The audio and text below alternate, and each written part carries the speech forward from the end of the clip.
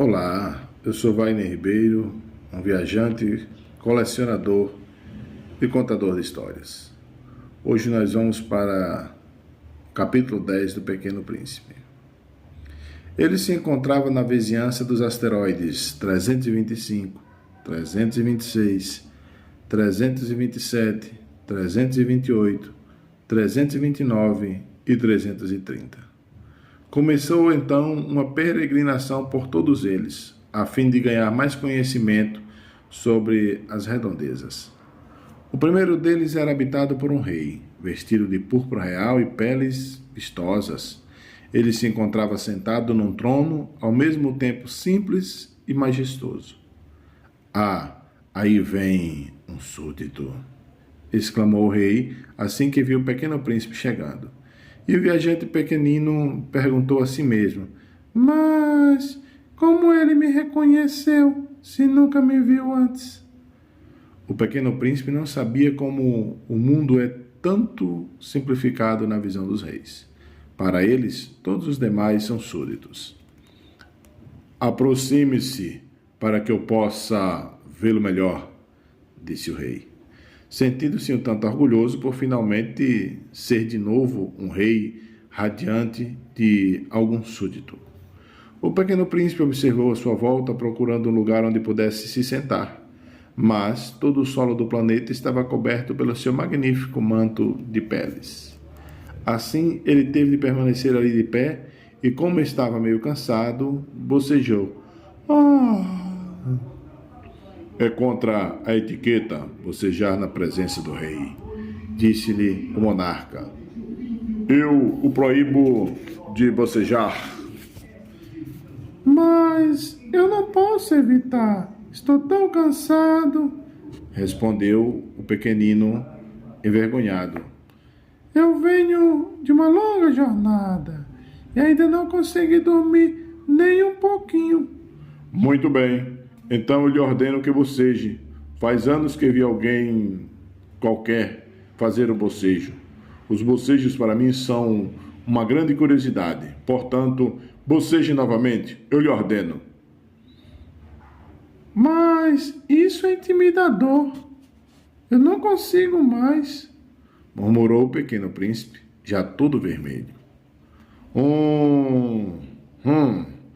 Dessa forma, eu lhe ordeno que boceje de vez em quando e de vez em quando."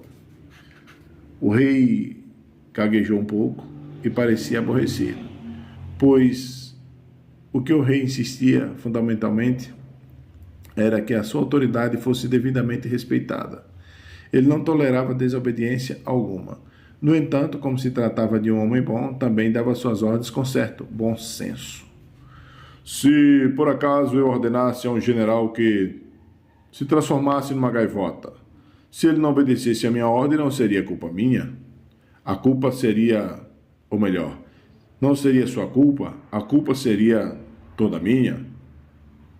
"Posso me sentar?" perguntou o pequeno príncipe humildemente. "Eu lhe ordeno que sente", respondeu o rei, enquanto juntava um pedaço do seu longo manto para servir de almofada. O viajante pequenino, no entanto, pensava consigo mesmo: "Esse planeta é tão pequeno. Sobre o que exatamente poderia este rei reinar?" "Majestade, eu peço que me permita lhe fazer uma pergunta", disse o pequeno príncipe. "Eu lhe ordeno que me faça uma pergunta", interrompeu o rei, antes que a pergunta pudesse ser feita. "Majestade, sobre quais terras você reina?" "Sobre todas?" respondeu o rei com magnífica simplicidade. "Todas?" O rei fez um gesto que abrangeria tudo à sua volta: o seu planeta, os planetas vizinhos e todas as demais estrelas. "Sobre tudo isso?" "Sobre tudo isso." Pois o seu reinado não era somente absoluto, era também universal.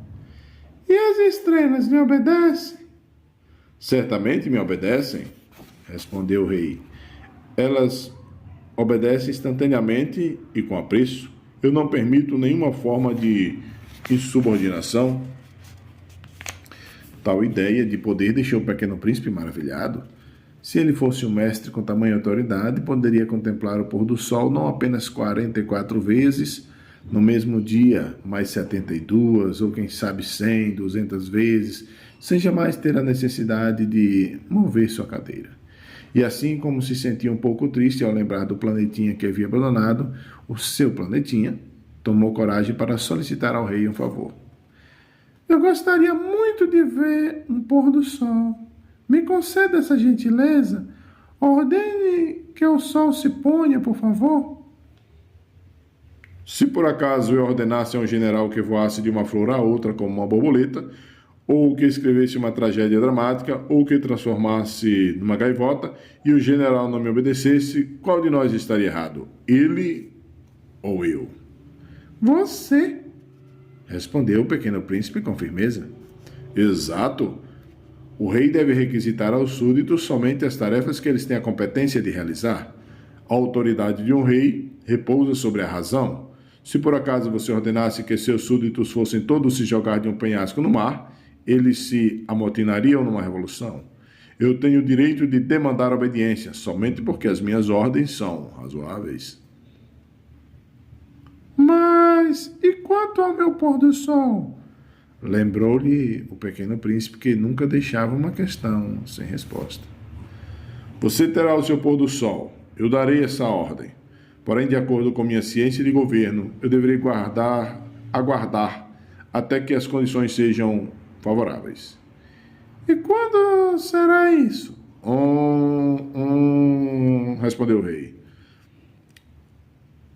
Respondeu o rei antes de prosseguir, consultando um almanaque bem grosso. Isso será por volta de 20 para as 8 da noite.